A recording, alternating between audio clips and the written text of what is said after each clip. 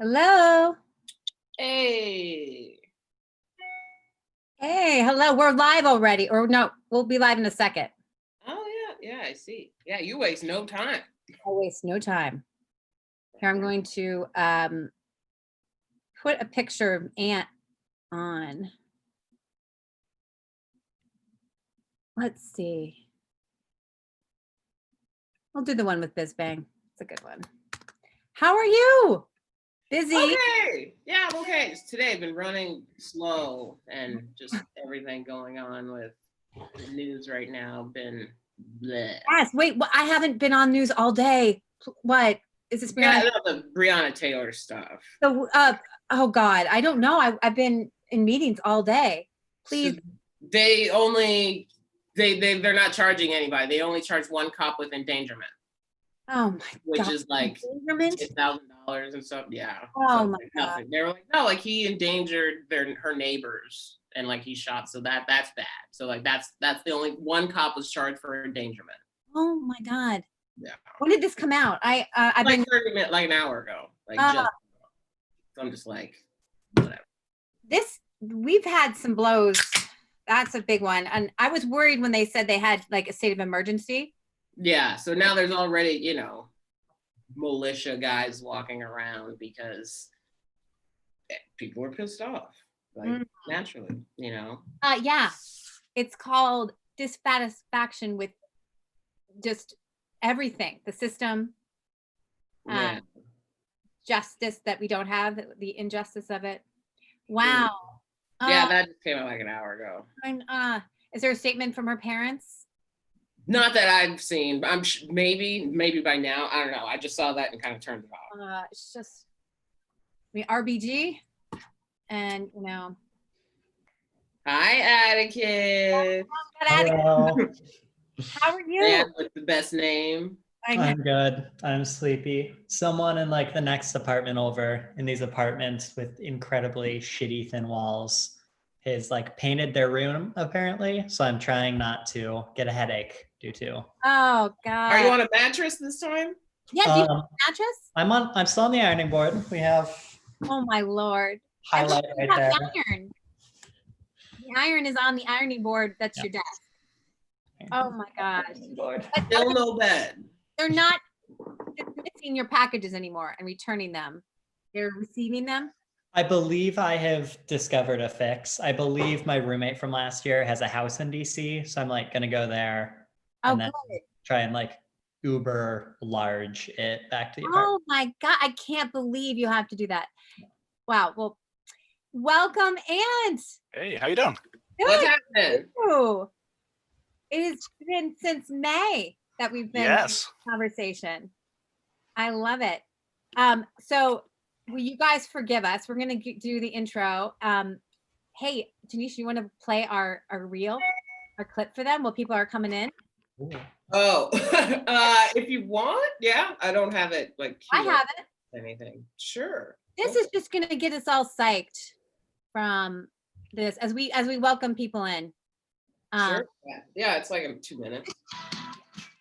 So the boys club was not necessarily a conscious effort by men who got together in the big men summit and decided to be asked, but just a system that is just feeding itself in a way that makes it very hard for a woman to break into. We seem to seek permission to do these things. We seem to seek permission to have these roles, to say the things that we need to say, or, and that's why I really do love the idea of confronting people.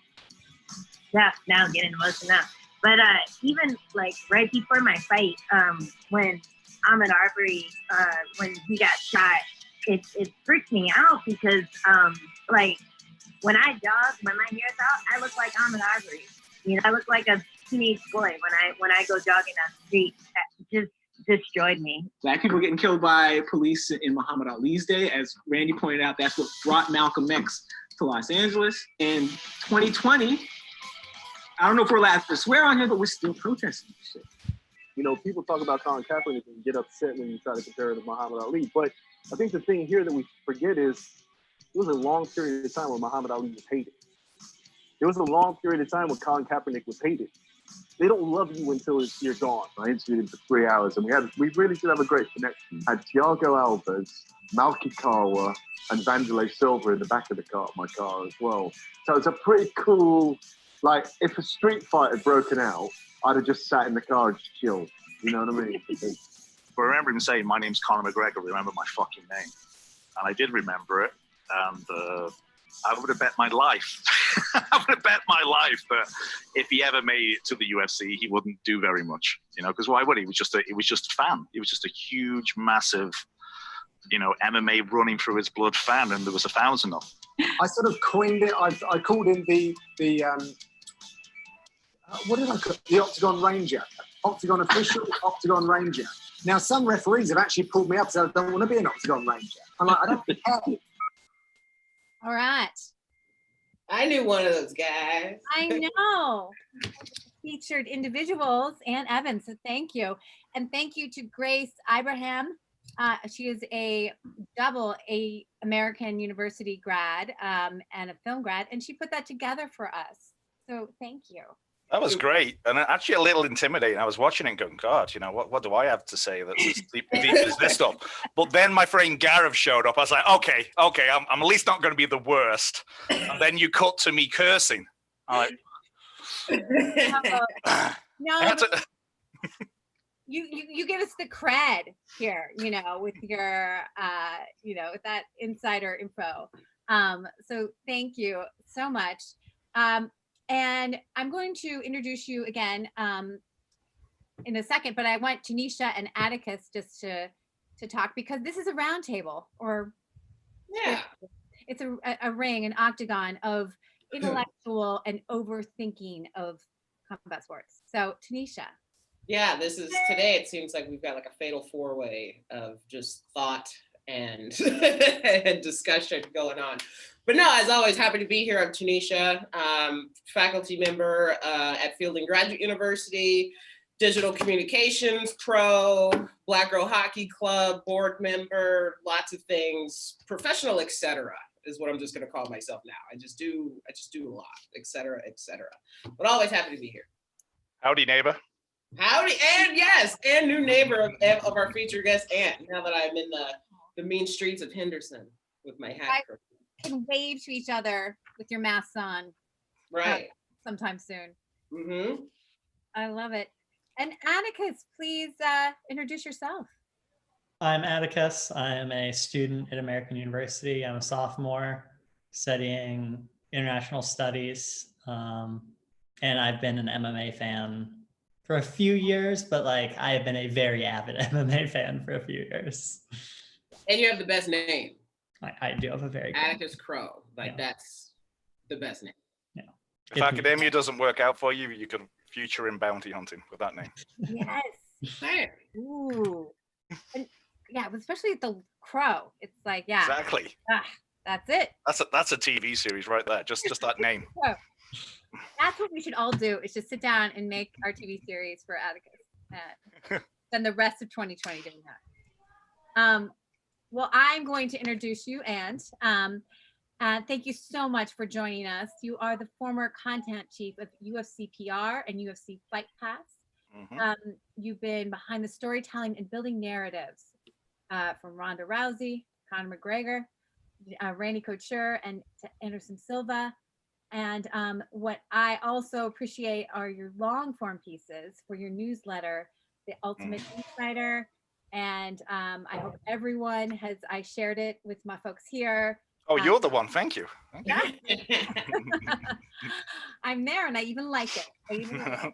No, it's great. No, because I know you get a lot of readers, because I want to hear about some of the reactions, because it's very hard to give a critique to someone who has now been mythologized, and where we have a narrative that we want to own.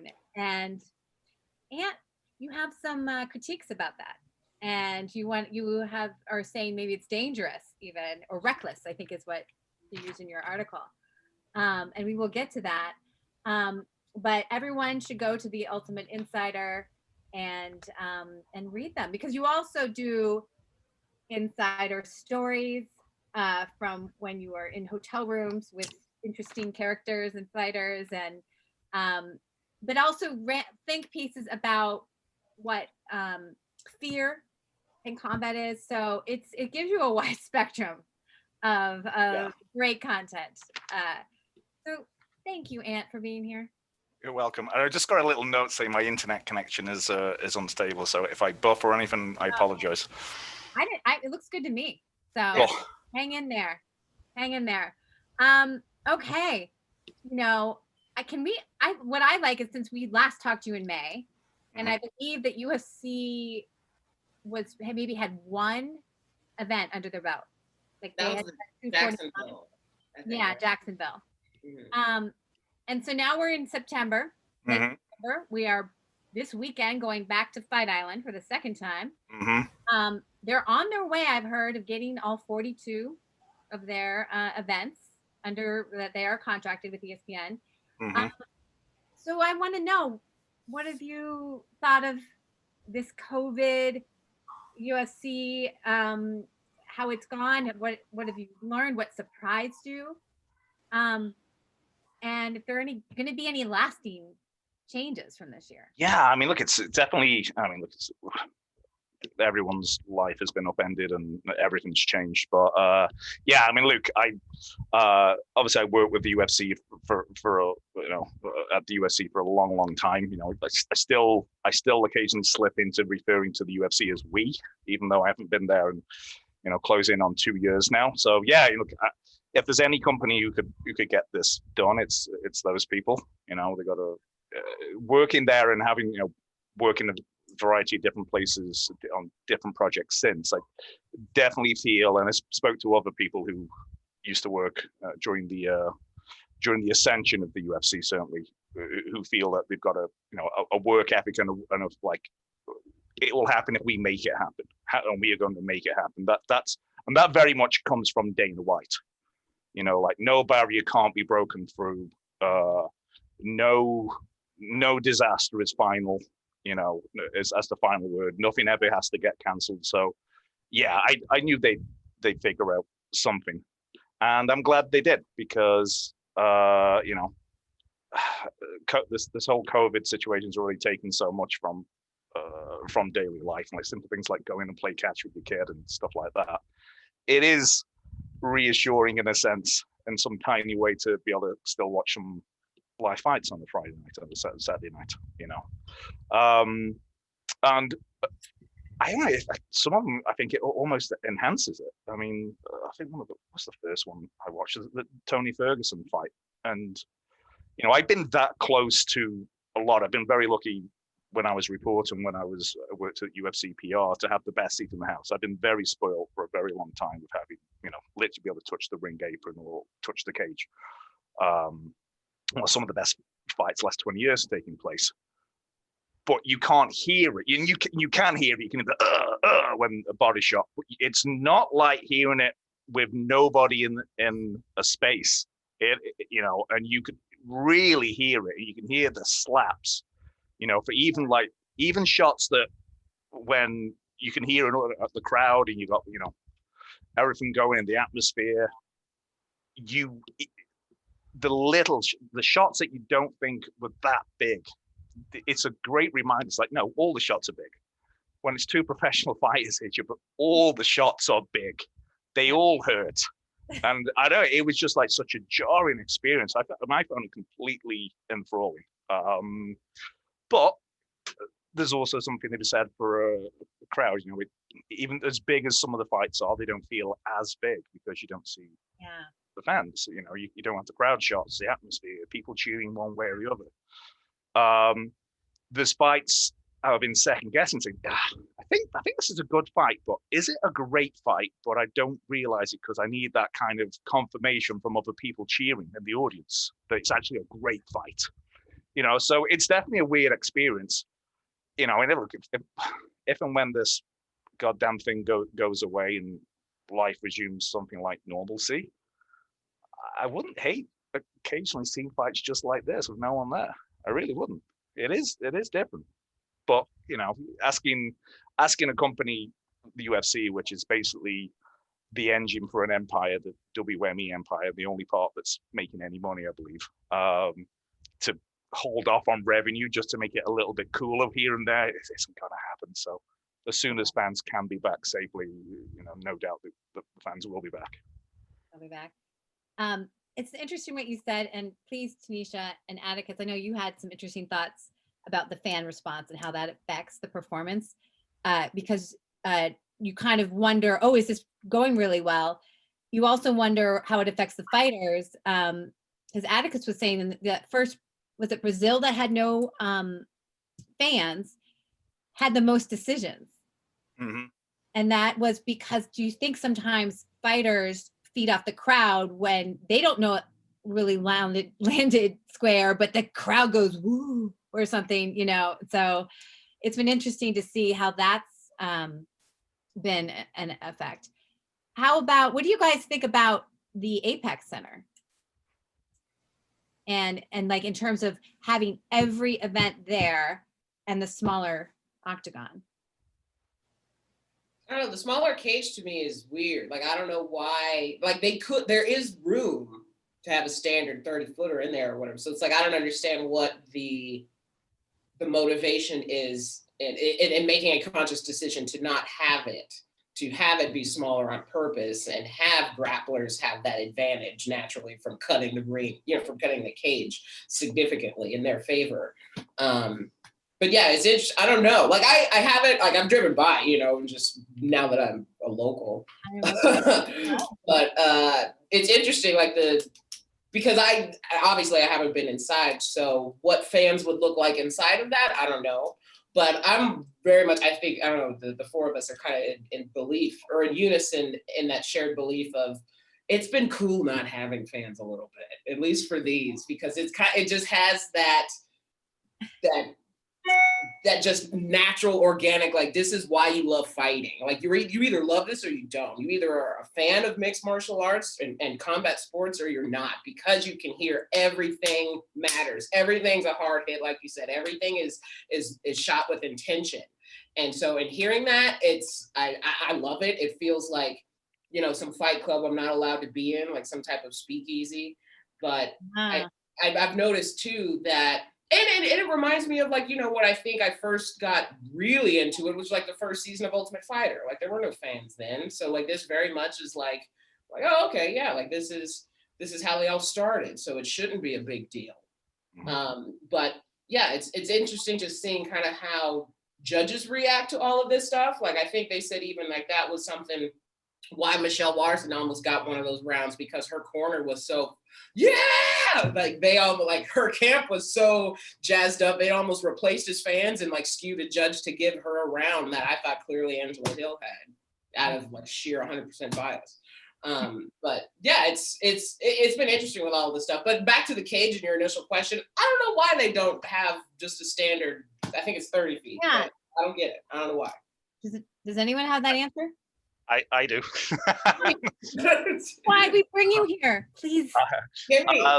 So the decision, there aren't anywhere near the layers of decision making that some people, not you there, you're more or less accurate there.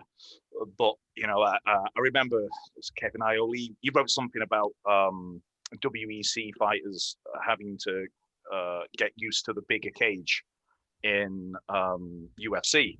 And so I was like, Kev, I know you're a sucker for accuracy. I was like, that's not true. I was like, UFC actually has two sides of the cage, and that's how that got out there. We have two. See, I said we there. There's two sizes of cage, and the reasons for using the different sizes usually aren't, UFC is this idea that they're scheming to get a win for somebody, rather that just doesn't happen. I mean, there's been occasions where and this is where I can extract myself from the equation even when I was there. I remember calling up Joe Silva, belly aching to him. Was like, why are you matching Dan Hardy so hard? I need him to win. I'm like, what the fuck are you doing? What are you doing? And nobody does that on Joe Silva. And because he's a dick, my boss, Marshall Zelaznik, encouraged me to call Joe up and give him my opinion. And I think Joe, no one tells Joe Silva much of anything, especially on UFC matchmaking. So I called him up. I was like, what are you doing? And he does an impression of me where he gets his voice so high. I'm surprised he hasn't like shattered glass. I didn't squeal like that, but I was definitely, what are you doing? It's like, if he's either good enough or he's not. He needs to be able to prove that he can stop himself getting taken down, and he's going to fight this guy, Yeah. And what fight was that? It might have been his debut. Yeah, it might have been his debut. I can't remember the fight, but wherever the fight was, it was. Joe always says, see, Dan won. What are you worried about? You should believe in your countrymen more. And I'm like, see, it sucked. It was boring as heck. And Dan Hardy is an exciting fighter, and you give him, someone who just like smothered him for a bit. But so no one's like master planning. She can't beat her. It's just better route for the title. That ain't happening. I promise you. Even when it's obvious, like the company would make millions of dollars more if so and so won. Yeah. They are right down the middle with that. Some of the smaller cage, it's just a matter of simple space. That there's if you look at the UFC set layout, there are a huge empty strip on one side of the arena that has to be left open. Like no one can stand there, much less sit there, because that is the ordinance for fire and safety, and it's also for medical, just in case something awful happens and somebody needs to be stretched out fast. So the reasons for the smaller cage are usually way more mundane than you may think, way more boring. Sorry, I feel like I'm telling you that Father Christmas isn't real here, but that like they need the extra room. Yeah. And so that's why they looked at all the coordinates. Yeah. And you don't want it to be like, well, we'd like to think there's conspiracies and all that. But yeah, I mean, I used to do stuff like, can we not have Big John McCarthy referee the flyweights? They look like Oompa Loompas. And they're like, we can't do that. We can't even suggest it. I'm like, optics. Yeah, exactly. Yeah. I was like, but they do look like Oompa Loompas. It's like we get the biggest guy and the small. I'm like, what are you doing? Yeah. But there's nothing at Fight Island that's in the small cage, right? Like that it's a fucking island. I'm sure they have the square footage. Well, it's got to be. There's I mean, it might. I'm probably give you old information, but in the UK we had a cage. But that was also the cage that would also have to go to Germany. It is also the one that had to go to Australia. And I think there was one occasion where when the schedule was getting a little crazy for those of us who work there. The cage from Europe was en route to Sydney for an event 6 weeks, 7 weeks hence. And I think we added an event quickly or something like that. And we was like, okay, where's the nearest cage to this part of the world? There aren't like multiple like octagons like stashed away like Batman stashes a spare cape around Gotham. It doesn't work like that, You're metal. Like we have cages for like the minor league promotions. Are those just not as nice as the UFC? No, we can't use that. Come on. I know, but still, it's fascinating to think that you're putting that on some sort of airplane carrier, breaking it down. I think it was shipped. I think it was literally shipped from Europe to Australia. I think it's literally shipped. How much is an octagon? Are you in the market? I mean, it's COVID. You got to have something to do around the house. I could put a little bonfire next to it. Like, are they like $1 million or something? Like you wouldn't know. I literally don't know, nor would I tell you if I did. But you can make a decent, there's only a handful of people who do it. You can get a decent cage for $26,000. Decent cage. Yeah. But they can go up like a Ferrari. They can go up to like higher end. Yeah. I mean, look, you've seen MMA events. It's like chicken wire. It's like, who put this together? Like your kid put this together, and I've seen like indie wrestling shows. Like you see these guys like laying on. That's not cool. Oh my gosh. But you can't have an octagon. You cannot do that shape. That's a registered trademark. Yeah. No. Has to be, hexagon, circle. I don't know. Make Pentagon. it Pentagon. Tom, Yeah. Dick, a Pedron. So we're learning so much. You know what a change I'm curious about? It seems like fighters are allowed to access like the PI Center, the Performance Institute for weight cutting, because a lot of fighters, they've had their training hasn't been consistent. Although I think it's opening up now. Although I think even California, are gyms pretty still like shut down? I don't know. Do you think have we seen improvements in doing that, having every fighter come, because they're getting tested, and then I think they get put into a room and they get all their food taken to them, because it seems like we've had some bad weight cuts, but for some reason not as many. But I may not, that's a poorly done quantitative survey. Professor Kidder is not using that. But what do you think, Ann? Yeah, I mean, Duncan and Forrest and the guys who run that place, know exactly what they're doing, and because I know that the playing field's not even, but the fact that I know that everyone's coming in there, everyone gets access to it. I like that idea, and I like the potential of having less nutritional issues and weight cutting. Yeah. I mean, the whole weight cutting thing. I mean, I think there's a lot of fighters just need to move up. Yes. You just need to move up. Speaking of which, I guess there was something on HBO Real Sports that featured too. Did you see it, Tanisha? I haven't watched it yet. I didn't see it, but I hear it's like making Washington Post, CNN, because they profile to UFC fighters. I know that Nico Montano is one of them. Did you I didn't see it. I read an article about it, I think, specifically like that was talking about the interview with Nico, about like the advice she got for weight cutting and how all that played out. I think they talk about Uriah Hall and how he was trying to cut 18 pounds. Were you there, Ant, when Uriah Hall, when that happened, where he had like a seizure? I don't that was think a so. couple of years ago. I don't think so. I was my last few years at the UFC. I was running Fight Pass, so the days of living on the road, and I kind of done that for a while. That's a young man's game. I'd much rather have Sunday mornings with my kid than I know. I have kids. Oh yeah, we went out. Like, guys, I was around for Michael Bisping and going on 3-day benders with Michael Bisping. I was around when it was rock and roll.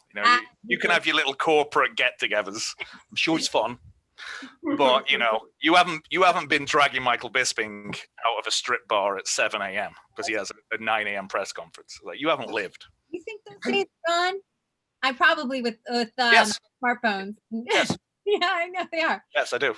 So, Ant, you're going to have to be our storyteller for all of this. Yes. And also the weight cutting thing, I feel like it comes up, it cycles, and then it kind of goes away. Like, we're really going to do something.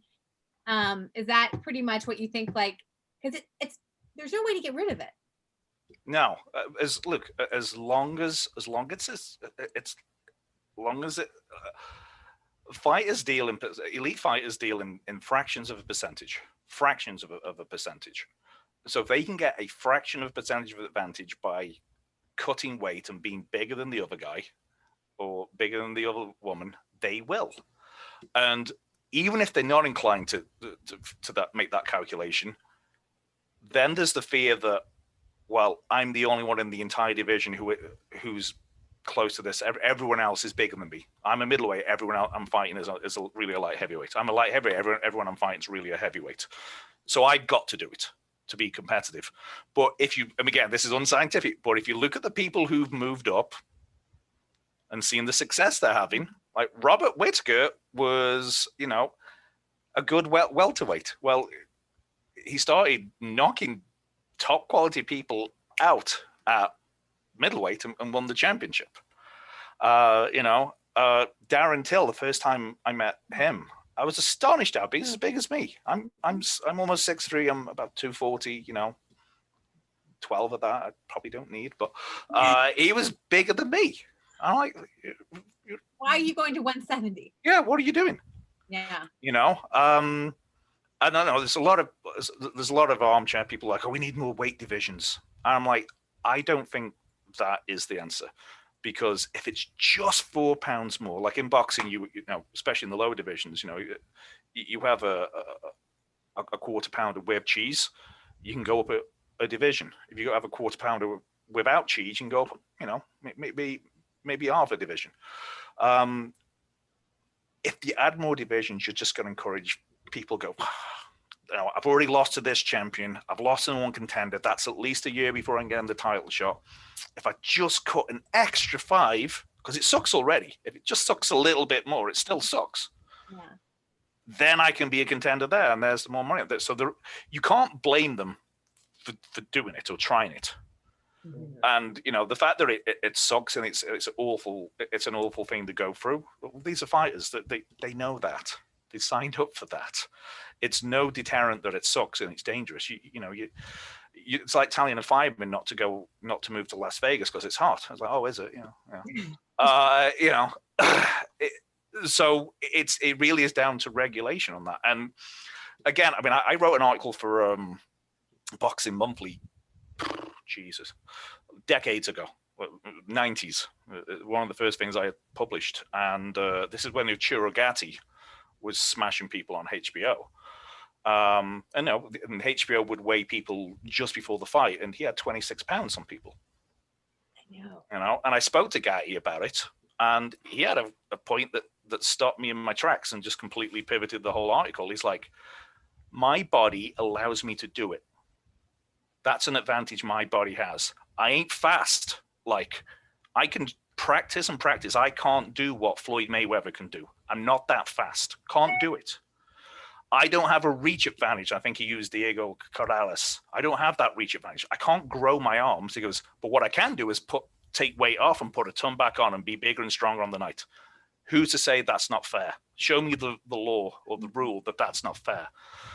And I had no answer. And 22 years later, I still don't have an answer to that. If their bodies allow them to do it safely, who's to say it's not fair? That's a good argument. Yeah. I have to give you that. Yeah, it's I like, you know, and I still can't think of a good argument against it. Well, you know, all you can do is say, well, it's not legislating just for you, but this improves safety overall for the sport. It may disadvantage you personally, but it's to the advantage of every athlete in the sport. You can make that argument on a macro level. What I have to say, and we lost Gotti for entirely different reasons, but who knows the long-term effects, though. But if that's a risk they're willing to take, or if they don't, because they'd rather. It is interesting. It's almost like you have your strength is you have the punch out power. Mm-hmm. My strength is I can dehydrate 20 pounds, and gosh. Well, I know, Tanisha, I want to give to you because you have some other questions, and we want to make sure and keep on there because we developed a bunch of questions that you see as I sent you.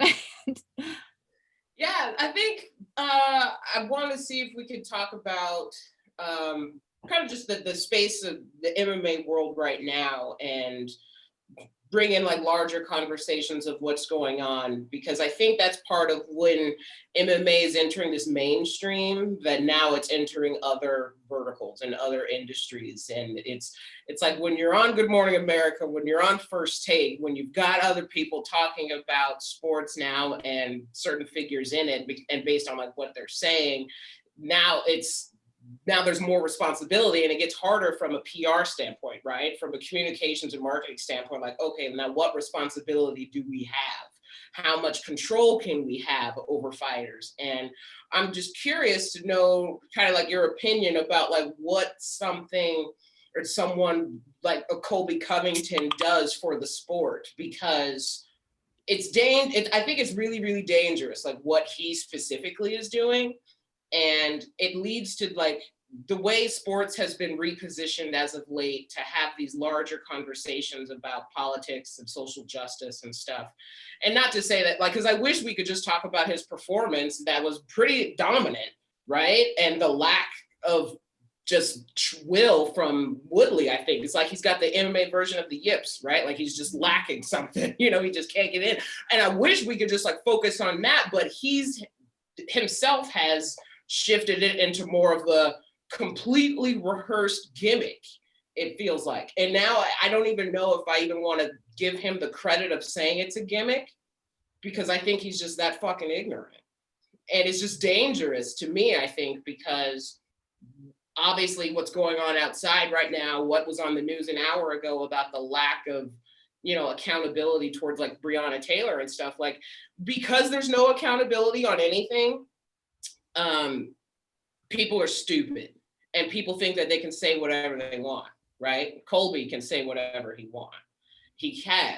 He's been empowered to do so because Dana isn't doing anything about it. But when, you know, somebody says something else, then all of a sudden it's no stick to sports. So it's the disparities and stuff I think are super, super clear. But for me, like, I don't know, it's hard because as a consumer, as a fan, like it's dangerous because like, hey, even as a Black woman, it's hard because it's like, well, shit, a cop could break in my house, kill me in my sleep, and then go golfing the next day because obviously that's not a crime today in 2020.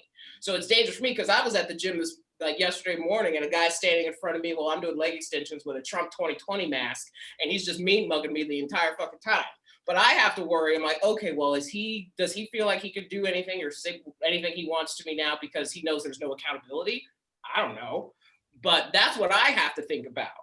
But then it's dangerous for Colby because if he could say like, oh, go back to your tribe and smoke signals and all this other racist shit that he wants to say, like post-fight, he wouldn't say that to me on the street. Like he would say that, you know, in an arena that's empty where he's got a handful of security guards next to him, I'm sure, and he would say that directly in a camera. But he's not going to have that luxury every single time.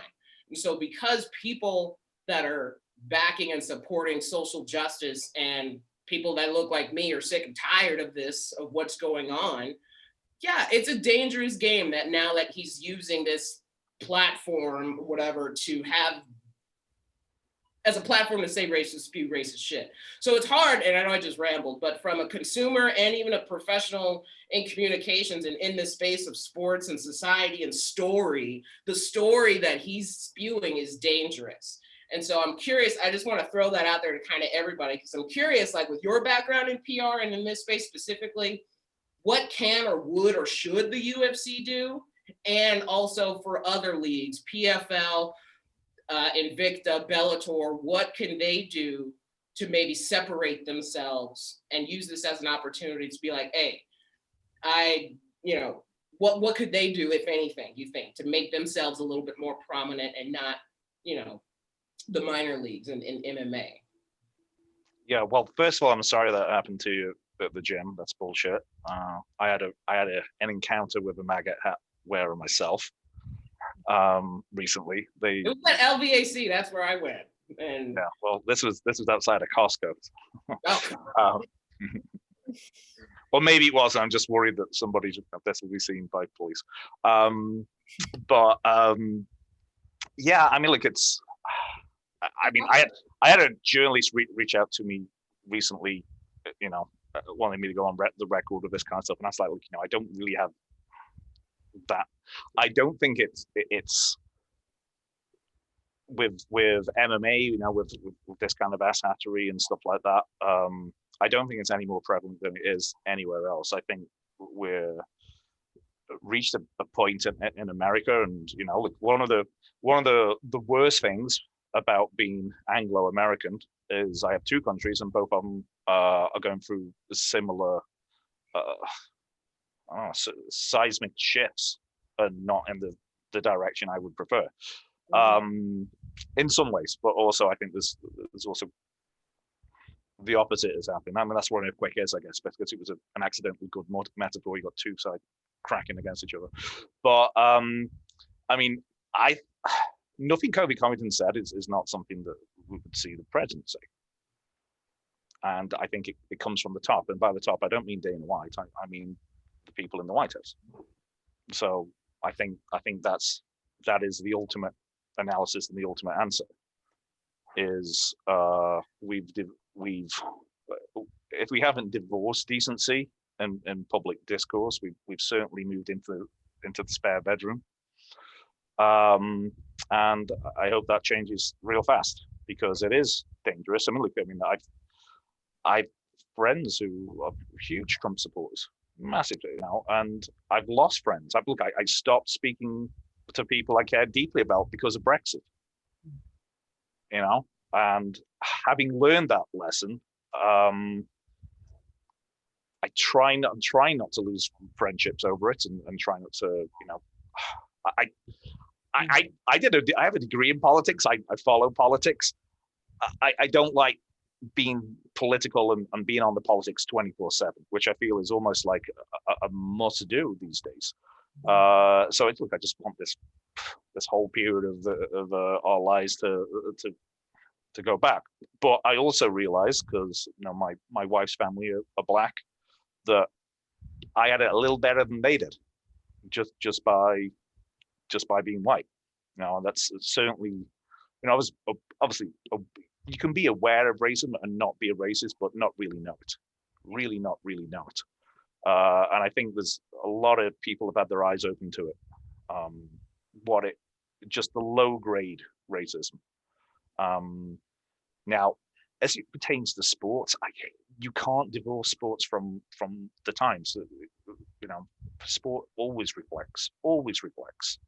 Yeah. Whether it is, you know, Adolf Hitler with the Olympics making a statement, you know, and people making a counter statement of that very games, where it's the Black Power salute, where it's George Foreman doing almost a reverse. People forget that, but he did the opposite at those games. You know, not good for selling, you know, his grill, but he did. There he was. And it's impossible to, you know, with the NFL, they try to say not here. We're apolitical, no politics whatsoever. And that was obviously the wrong thing. Also giving carte blanche to, I mean, Kobe Covington's an idiot. He's inarticulate, unlettered, unread, and his breath so bad it could strip paint. So, you know, yeah. So, and he isn't even smart enough to do the gimmick right. You're going to do a gimmick, it can't be deeply offensive. Yeah. You can get away with like Chael Sonnen, you know, using all the pro wrestling stuff. I was just about to bring that up. In Brazil, they don't call it Brazil invented the toothbrush. That's why it's called a toothbrush, not a teeth brush. You know, stuff like that is like, but it's, you know, where the line is exactly, I don't know. But I think that's on the okay side of the line, where what Covington's spewing is not. But look, Kobe Covington is representing, you know, 27% of America. I think he is, and it's now what the UFC can do about it, I don't know, because you know obviously they're in a lawsuit where they're all independent contractors, you know, which they are. I think that lawsuit is nonsense. You know, I don't know what kind of lawyers the UFC got, but to me it looks like they don't. I don't see the case. I really don't. But you can't. What they could do ultimately is say, Kobe, stop that, or we're cutting you. In which case, they've invested all this time and effort into, you know, Kobe Covington, and he goes to the elsewhere. But that's what happens if I hired a guy to come and build a pool for me, and he's spewing racist shit. I'm like, guess what, pal? You know, I'm canceling the contract. Sod off. Yeah. I can't say, but you can't go next door and build a pool that I have to look at there. You have to do that. So, can they do more? Yes. Are they limited by this independent contractor stuff? You know, yes. Years ago, I remember Matt Mitrione saying something about Fallon Fox that was a little beyond the pale. I can't remember the context, but it was something more than I disagree that transgender females should be able to fight, you know, in women's MMA division. It was a lot stronger than that. I can't remember because Matt says a lot of things. But you know, it was bad stuff. I mean, people remember that Miguel Torres tweeted about a rape joke, but he was tweeting it. I mean, this isn't a defense. This is just the background. He saw it on It's Always Sunny in Philadelphia, thought it was hysterical, tweeted it, quote tweeted it basically, as if it was his joke, you know. And I don't know. I've never watched that show. Maybe it was hilarious in context. I mean, it's particularly funny, but you know, maybe in context it was just, you know, with the little bald guy delivering the line. Maybe it was hysterical, but out of context, it was like, what the heck is that? He got caught for that, but you know, so I don't have an answer for it. I don't think there is an answer other than as a sport reflects society, and the indecency we're seeing is a direct reflection of the indecency that how we're behaving towards each other right now. 100%. Yeah, and I don't think they're pretty important. Like there's necessarily like a right answer, but I think I can't remember. I have to look it up. This reporter's name, but he contacted, I think, the dozen sponsors that were on Vegas 11, and 3 of them gave a statement after saying that they don't approve of it. Like Reebok was one of them. I think was the most notable, and I forget what the other 2 are, or that journalist's name, because I was like, well, thank God somebody went after the money, because I think that is probably the only way that would do something right. Very similar to the way FedEx went to Washington Redskins and was like, we're sick of this shit. You know, a 50-year-old half-century argument, right? That they've been like, your name is racist as fuck. Change your name. And it wasn't until Nike, FedEx, because his name FedEx Field, ain't it? You're a DC Nancy, right? Oh yeah, it's FedEx Field. Yeah. And they finally was like, change it or we're pulling it. And this is showing you that the DC had taken away their trademark, because they were like, we are not going to sponsor or give validation to this at all, so that people could make their own Redskin shirts. And they were like, go to it. And that still didn't change the name. It wasn't until 2020 and 2020. All of this stuff, this, you know, movement, you know, that and attention to that is, that forced them. It's like, all right, now what? It's the team of no name. It's the Washington football team as of right now, right? Like that created some change. So it probably, in regards to UFC, Colby and stuff, it would probably have to be I forgot. Is it Venom, their new sponsor that's going to start next year? I think like it would probably have to take something like that to want to pull. I don't know, but it's always money kind of driven, I think, to create that type of change. And I don't know, some alignment of time and stuff, because that took half a century. So it's like, what the fuck? But I don't know. It is hard because there really is no answer. We can only, I don't know, maybe just keep making noise or not watching, because it's for me, like it just spoils the entire thing. I wish I could, because that whole fight card was great from prelims on. Like that was a great ass card, and then just watch the finale with that Damon Watt thing. It was just such a letdown, because I was like, fuck, I can't even enjoy this anymore, because now I'm reminded that smoke signals and all this other racist shit that he was saying. He's an idiot. But I'm glad you brought up Chael, because I thought of that too, but I was like, Chael is at least talented. Like I got that. Like that wrestling stuff that he does, I fucking love that as a wrestling fan, you know, and working in that space too. I love it. But Colby is literally so forced. Like that dude looked like he was in a mirror with his first pube, rehearsing how to like try to ask a girl how to kiss or something. Like he was literally like, no, Anik, no, you've been doing good tonight. Let me take it from you. And I'm like, oh God, like he's really trying. It was just so bad on so many levels. And it's just disappointing that so many people continue to be like, yeah. I'm like, oh God. No, and I can't even watch. I think, and Atticus, I think one thing like comes up in my course is that, you know, this is a brutal sport and there's violence, but in the end, a lot of times, even if there's been trash talking in the beginning, after a fight, the 2 fighters will often hug, or they like shake their hand. You know, you look at like, you brought up Gotti Ward, they actually became friends and like respected each other so much. So I think that, you know, this idea that, and you say that when the top person doesn't respect the rules of civility, how can we enforce it? But I, for me, it's one of the aspects of the sport that I treasure so much is, that there's respect.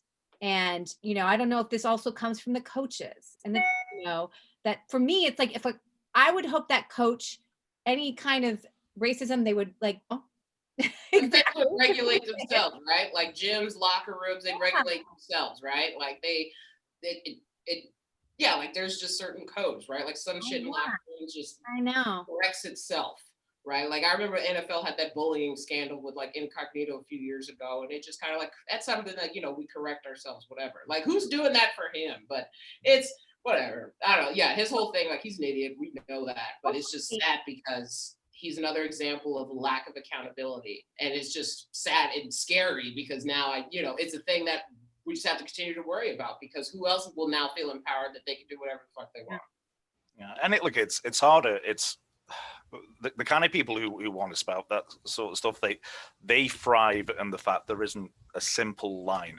So up to here is okay, and beyond here is not. I mean, like Michael Bisping when he had his feud with Jorge Rivera, like some of the things Rivera was saying was racist. I mean, I can say that now. I like Jorge. I haven't spoken to him years and years, but some of the anti-English stuff he was doing was racist. And I was defending Mike, as sometimes I'm apt to do, to Joe Silva once, and Joe was like, because after the fight, if you remember, like, Mike, got very wound up, he spat at towards the guy's corner, and I'm like, well, it's kind of what you do with racist scum. You show contempt like that. But yeah, and people in the UFC, well, what do you mean it was racist? English aren't a race. I'm like, yes, we are. If there's any such thing as a race, we've got at least 10,000 years of history with a common language you might have heard of. It's called English. We have a common culture, a shared suffering, all the things that makes up a race we have. And the stuff he goes, yeah, but you're the majority though. I was like, in America? Not anymore. Something went down a few centuries ago, but that was okay. Mike was wound up because he likes getting wound up, so he can motivate himself in training. He allows himself, and sometimes I think he revels in getting wound up. But like Muhammad Ali, black icon. Yeah. If I think of any athlete using the term Uncle Tom, it's him. Yeah. Relentlessly against Joe Frazier. Like he destroyed Joe Frazier's standing with his own community by saying that over and over and over and over again. Mm-hmm. But he's now saying to Ali, and you aren't supposed to say that. It's like, well, and he was a man of the Nation of Islam, which is a race cult. I know, and so this kind of goes back to the idea of these narratives that sometimes we push in, and if we could talk just real briefly, we have time for a couple more questions, but let's just get into your Bruce Lee piece that you wrote, because I'm curious what people thought of it. You put this out concurrently with the 3530 Be Water. Yes. And which was very, let's just say, shite. It was shite. Okay. It was shite. It was full on propaganda. It was an infomercial for a wonderful piece of IP, the Bruce Lee IP. Mm-hmm. Shannon Lee, after when she took over managing her father's, the IP of Bruce Lee, because they didn't own the films. Yeah, the intellectual property, the mythos, the thing everything that Bruce Lee is known for. When she took over, I think it was generating something like averaging like 10 to 20 million, and she's took that times X. It is a masterclass in brand management what that woman has done. And all the time I'm writing it, I'm realizing, I kept in mind that, look, that's a dad. Her only, the one of the few good parts of that documentary was when they had Shannon say that she can't really remember her dad, and she just remembers like a presence and a feeling of being loved by a man in the room, and that's the only memory she has, just the fuzzies, and that was like really affecting, you know. Something happens to you when you become a dad. Anything about dads and daughters, dads and sons, just gets you real bad. It's, yeah, but the rest of it was junk. It was junk. You know. Can I counter you real quickly, and then because I want to know someone might say, well, what's wrong with everyone loving Bruce Lee and him being like the origins of MMA? And yeah, because it's horseshit, and we either care about truth or we don't. And there's truths we can just bullshit away. Like I do PR, you know. It's like, and if it passes the red face test, if it's true enough, if it echoes a truth, then that's okay. Because you know, when you're writing something, you're pitching something, you don't have you can't do every nuance. No, not every story is a you know, biography of like that big. But so I kind of take a little dig here and there at the, you know, stuff right off the bat. Like he has a push-up record. No, he doesn't. Nor did he ever. He could leap 8 foot. He's not the Red Power Ranger. No, he couldn't. The world record today, you know, 50 years after he died, is 3 foot less than that. You know, he had a metal punching bag because regulation 200-pound bags he damaged. I mean, just bullshit.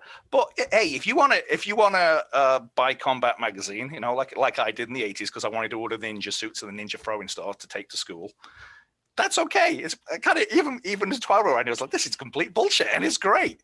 But something happened where it started traversing from the pages of Combat and Black Belt magazine into real documentaries, and now it's made its way onto ESPN 30 for 30. ESPN's done exactly one MMA documentary, and that was only, I think, because Oscar De La Hoya was part of it. Mm-hmm. But they've done, I call it competitive gluttony, like hot dog eating. They've covered that, and high school sports and tiddlywinks, and a 50-year dead actor, but they don't do any documentaries on MMA. So that was a genesis. But also, I can't. My wife is mixed race, and she's one side of her family is black, one side of her family is Filipino, and I always thought it's weird that there's such a thing as an Asian American. I mean, Asia is kind of like a third of the population of the planet. Why they get grouped in like that? And I've been lucky enough to travel and meet a lot of different people, and I do know the culture of China is nothing like the culture of Japan. In fact, they don't really like each other that much historically, like invading each other and shit. And so how they grouped all together, I don't know. But I heard from journalists I respect, because I tweeted out I was going to write this, and like, hey, he's an inspiration to Asian Americans. We don't have a hero of our own. And I'm like, okay, well, just staying in combat sport. Look, Bruce Lee is absolutely worthy of serious discussion. He is a hero for 50 years. I mean, the fact that he's still Roots of Fight, and I've got 3 Roots of Fight Bruce Lee t-shirts, and they're cool. Bruce Lee is cool. Yeah. I still watch his movie. I showed my little boy, I got him some nunchucks the other day, and I showed him Bruce Lee, and I was, wow, he's just so cool. And because Bruce Lee is cool. And and the way he is and Matthew Perry wrote the only Bruce Lee book anyone really needs to read, I think. I've read only a few of them, but it was certainly the best one I've read. It's like he points out he's the only major cultural icon in American life who was entirely posthumous. He died before he became famous in the US. And that alone is worthy of serious study. That 30 for 30 was not it. They repeated absolute horseshit, like Bruce Lee came up with the idea for the series Kung Fu, which you see journalists repeating and repeating. It's bullshit. Just didn't happen. It's been cataloged. It's been documented. There are actual documents that show, which are readily available and have been for years, that he did not. He auditioned for the part. They thought he was wrong for it. So what? He went on to be a movie star. It's just a weird thing where I think I wrote that what Bruce Lee is. The Bruce Lee legend is kind of like a black hole. It just sucks credit for everything into it. Like Art Davey, and the Gracie family invented the UFC with help from Campbell McLaren, Bob Merowitz, people like that. Bruce Lee did not invent the UFC. Bruce Lee did not invent the idea of combining different styles. This is just bullshit. This is just nonsense, but it's just repeated. And again, we talk about racism. There's I don't usually care what people think, I don't really care that much.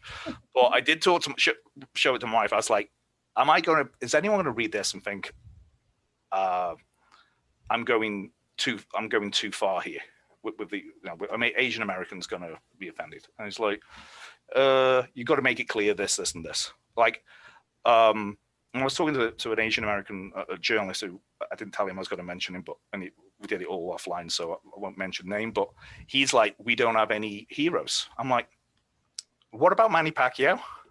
There you go. Didn't he do pretty good? What about Sakuraba, whom I think is the greatest pound-for-pound MMA fighter of all time by a country mile, in my opinion? Isn't he Asian? It's like, well, that's a little too long ago. I was like, well, he was beating Royce Gracie in 2000, but that was sort of like 30 years after Bruce Lee died.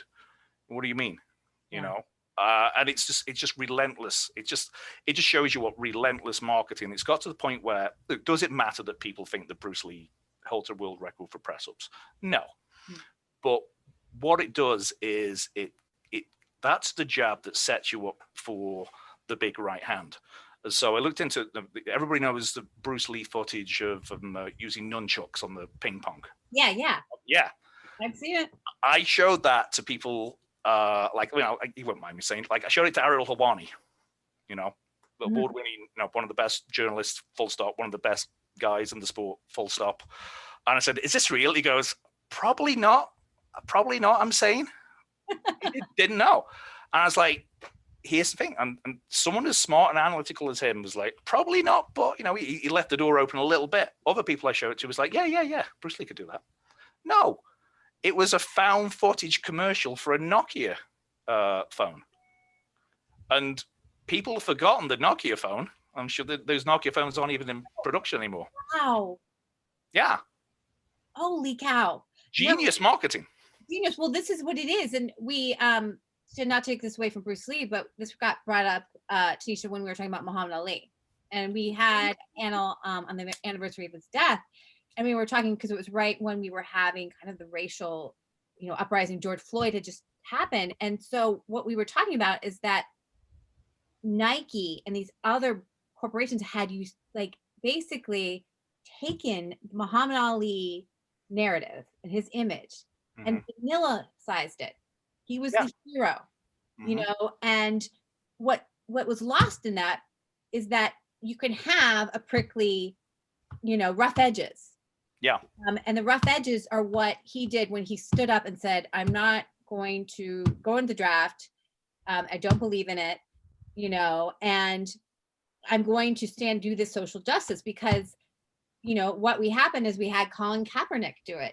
And we saw that as, that sports and these kind of social justice should be separate, right? And it was, so that's the problem. And that you say the recklessness of doing this is that we really are missing the whole person of Bruce Lee, and he has rough edges. And go ahead. And I think part of it too, like that recklessness, it comes from just the automatic belief and consumption that we put into things when they become like super heightened mainstream, right? Like if you can buy your shirt at Target now, like it's gotten to a level, right? Like I see Tupac shirts and Notorious B.I.G. shirts at Target, and I'm like, oh, Becky, put that down. Like but when you get to that level though, I think it reveals something too, because it's like that blatant it's something about, I don't know, like beyond fandom, but like that just consumption of like, I want to believe in this so bad. Like it's the story and it's what these figures represent, right? Yeah. And it kind of reminds me of when what's his name? The guy who played Black Panther that just passed. Why can't I even think of his name? Chadwick Boseman. Yeah. So when he passed, obviously like super, super sad and stuff. And then, but I've seen like all these, lots of Black kids and stuff like crying, like, oh my God, like a superhero. And then I remember seeing a bunch of, like middle-aged white guys like, yo, this is how I felt when Superman died. Because they embody such larger than life, things like before even Christopher Reeve, like the one before him, like that's like people George just Reeve. like, oh, yes. So like that those stories of, so Bruce Lee, it's like, oh yeah, he could do that. And he holds all these records. It's like, whether or not it's actually true or not. Yeah. Like we're talking about like literally fake comic superhero people. Yeah. But you have that crazy belief that like, I just need to believe in something greater than humanity because probably what's going on outside actually sucks. Yeah. So And part of, you're right. I mean, part of it is nobody has the time to read everything about something. You just make it like, oh, I like this guy. He's cool. Yeah. And there's also, especially with there's a literal beautification process with Ali, the Nation of Islam, the Nation of Islam, they weren't Muslims.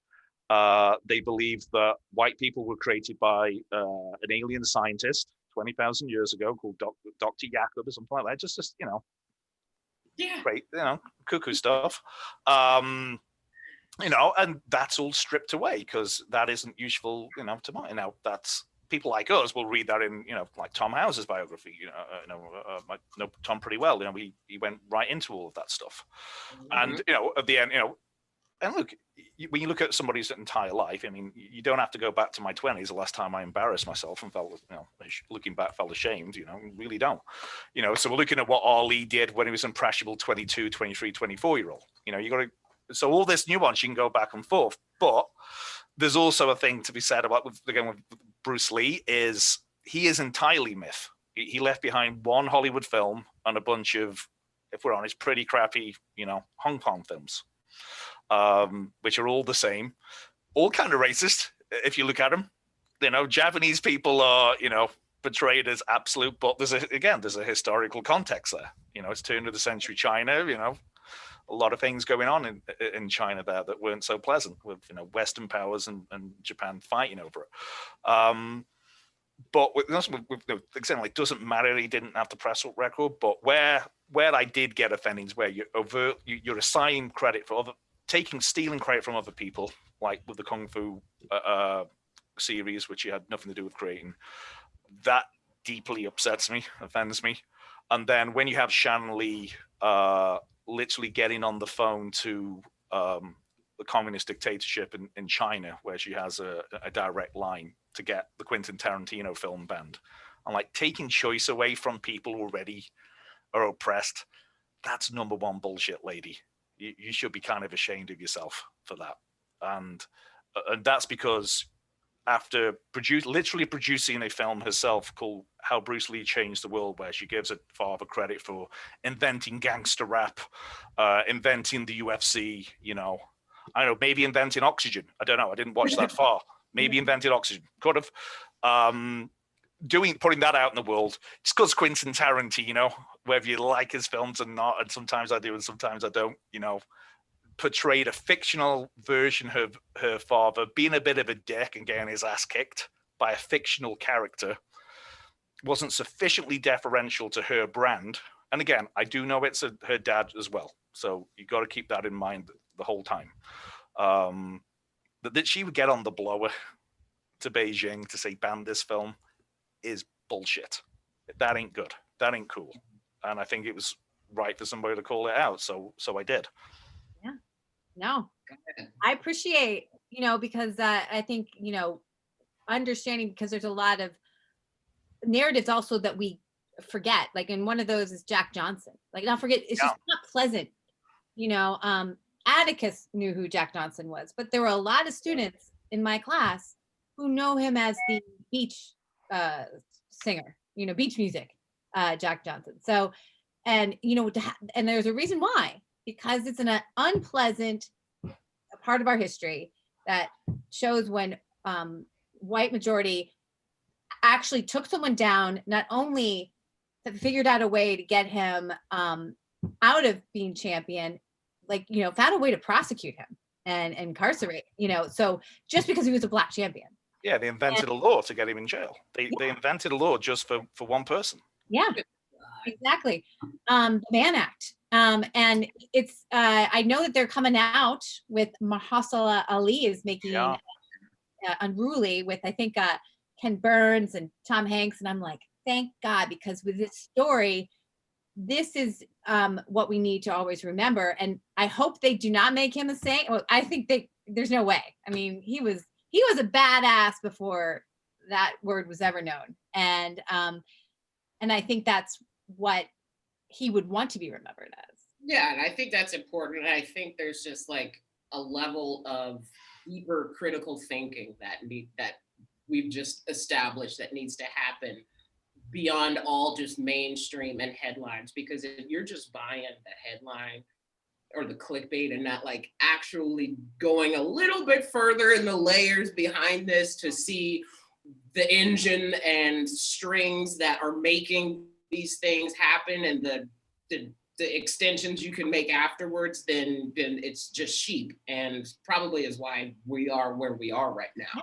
So there's just such a higher level of awareness that we need, and critical thinking and within journalism and all over the place. Because if you're not gonna hold somebody accountable, if you're not gonna call people out, right? Like if you're like, bitch, that's fucked, that's not, like you're blatantly just putting out right? So it's like, if we can't like copy and paste that into every other vertical of checking people and making people accountable to not spew facts, don't be racist, don't stare at me or I'll hit you. Like if we can't do that in like every space, then we have no chance. Yeah.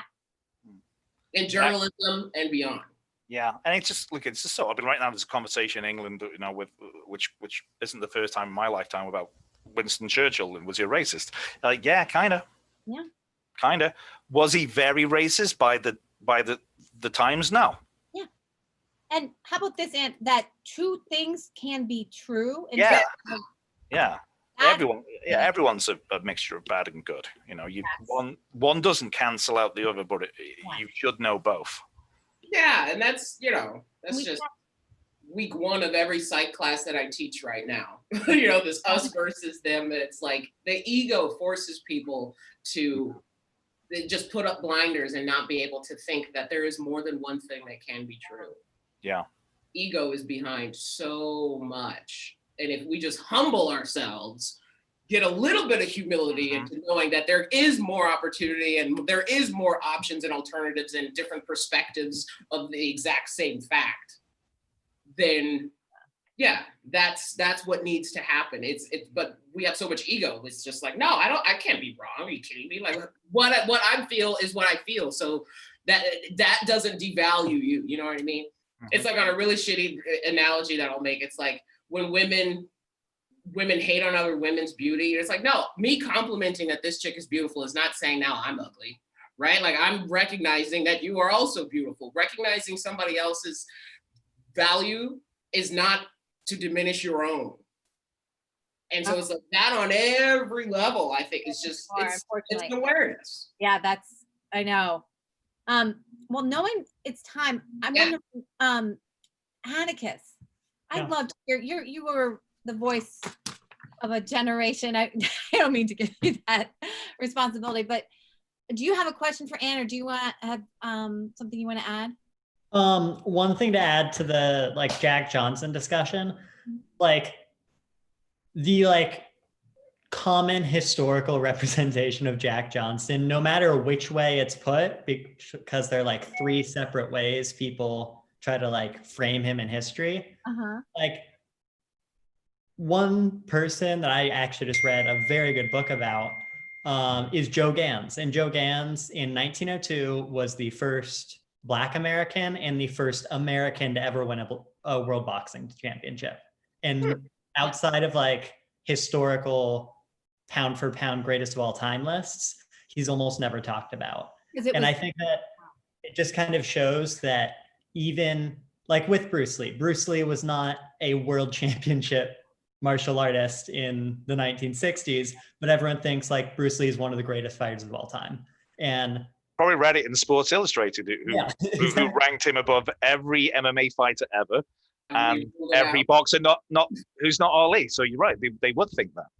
And it's just the way that the big moments in history can erase actual history, especially in something like combat sports, especially in something where spectacle is what drives attention. Spectacle is what drives national media. Spectacle is what drives like the mainstream actually knowing about it. And the mainstream actually knowing about it when you're talking about something as niche as combat sports is what gets like put into the history books. I think that is something that it's not that it's not talked about enough, but I think it's just something that always needs to be considered. My former student, but you'll always be my student, Atticus Crow. Oh. I know. No, Joe Gans. So he was the first African American champion. And why isn't he the first American champion? He was the first ever American world boxing champion in 1902. Yeah. Gotta add something to my syllabus right now.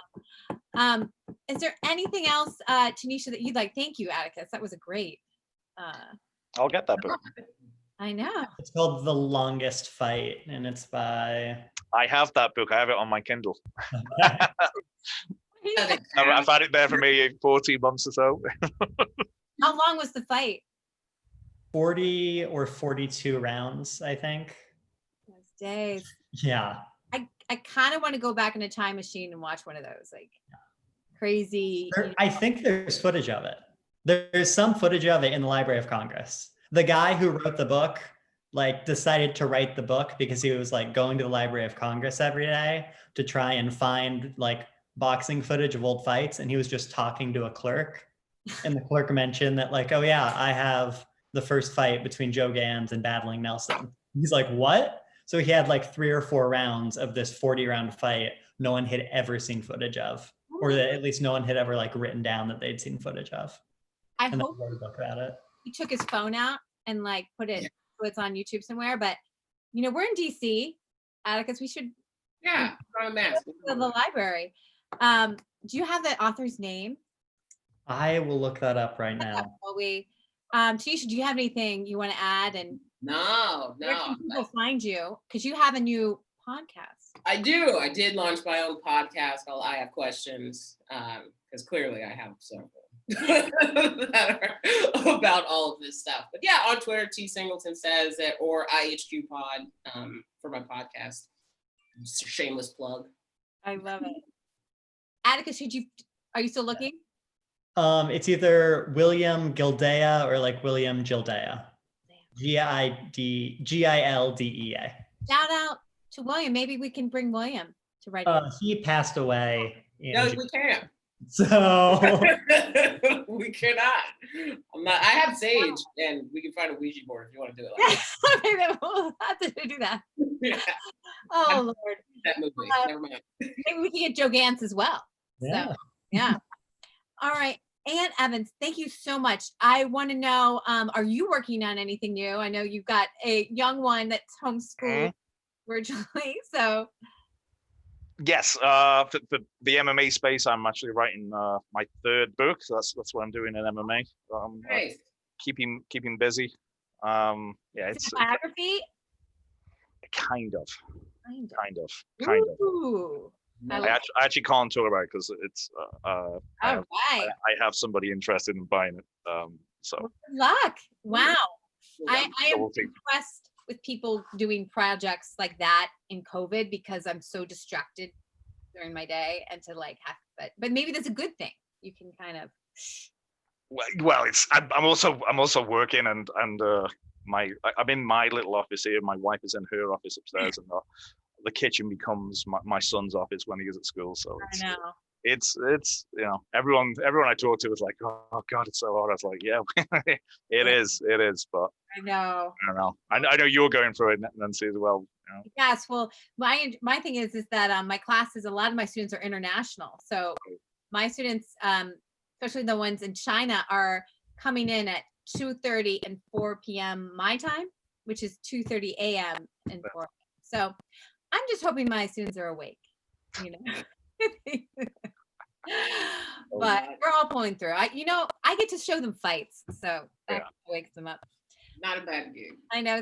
Thank you. And they can check out at your Twitter, and can you give how they can find the Ultimate Insider? Oh, this is probably easiest is the it's Substack / Ultimate Insider, but it's also a link on my Twitter account, which is Ant Evans MMA. Wonderful. And then Atticus, are you doing any products besides being a full-time student and having an ironing board for your desk? Other than like still trying to find a way to have my apartment not turn away the furniture that's being shipped. I am pretty much like full-time student. I've started running again, which I hadn't done since high school because I managed to screw up my back at age 15. But other than that, just trying to stay sane. I'd like to tell you it gets better, but it doesn't. I'm sorry. But Atticus, you are. I really am so glad you're part of this because you offer so much, and let me tell you, this guy is talented. So you will remember old Professor Kidder someday. When you're up there. Hunter. All right. Well, thank you. And writeandfight.com. And we have a new Instagram, Writing and Fighting on Instagram. Nice. We have one photo up. So wow. It'll go. I hope it's a good one. It's a pretty good one. You're in it. Oh, it's not a good one. That's awesome. Oh, it's the one with Kyle thinking of lasagna. Yes. Kyle's pondering. Thank you so much. Please come back. Fun. I will. Good luck with everything. I will. All right. Take care, everybody. Thank you, guys. Bye. Thank you. Bye.